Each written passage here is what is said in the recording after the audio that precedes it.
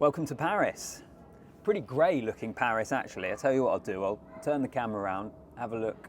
I just got to my Airbnb, so very Parisian style, little pokey apartment, but it'll do the job for the weekend that I've arrived at.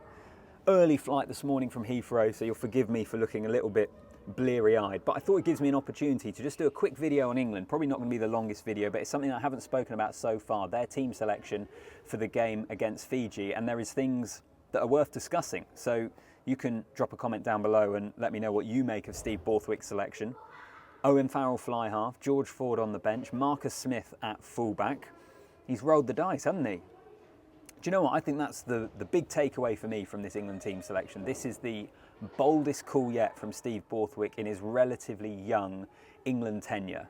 He came into a side who were in an absolute mess after Eddie Jones. They underwhelmed in the Six Nations. Apart from the Argentina game, they've probably underwhelmed at this World Cup, but they've gone through as pool winners and they set themselves up a quarter-final against Fiji.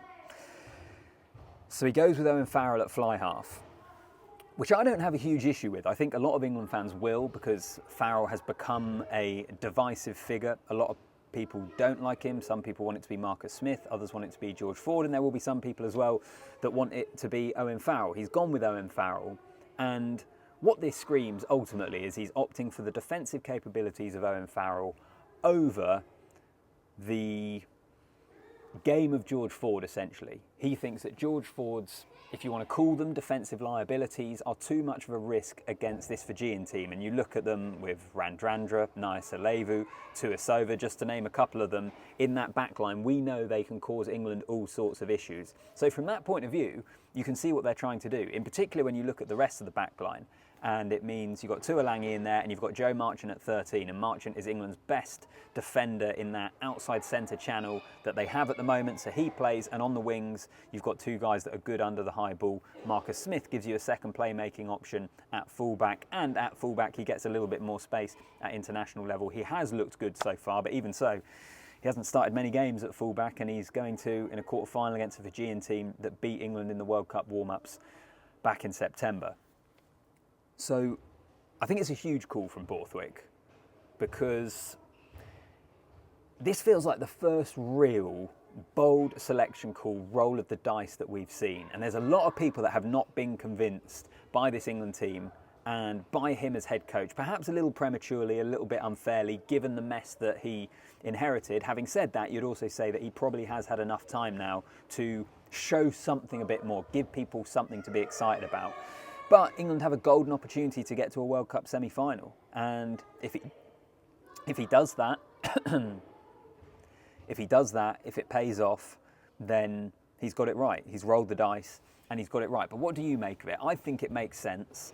The counter-argument to that is George Ford's defensive capabilities as much of a liability or as much of a weakness as people like to make out? And it comes back to that old thing of, do you select a player for what they can do, or do you select a player for what they can't do? And often in England we look at what players can't do rather than what they can do. Owen Farrell undoubtedly is a better defender than George Ford.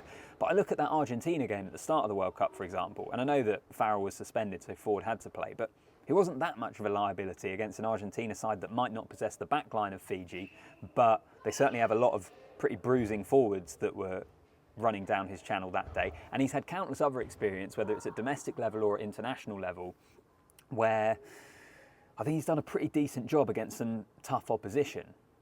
But that said, Owen Farrell is a better defender. But do you want George Ford in there because of what he's shown so far, because of the way in which he guided England to that victory over Argentina? Brilliant, brilliant fly-half display. An all-time great fly-half display from an England fly-half at a World Cup. So I honestly don't know. I honestly do not know. I think the team makes sense. I think you can see what they're trying to do. I think ultimately the result will determine whether you back Steve Borthwick with his call. So you can let me know in the comments. I think it's a tough one. I think it's a really, really tough one. And I feel bad for George Ford, who's got a key role coming off the bench. So let me know in the comments section. Make sure you like the video. Make sure you're subscribed to the channel as well. Enjoy the rugby this weekend. I'll see you in the next one.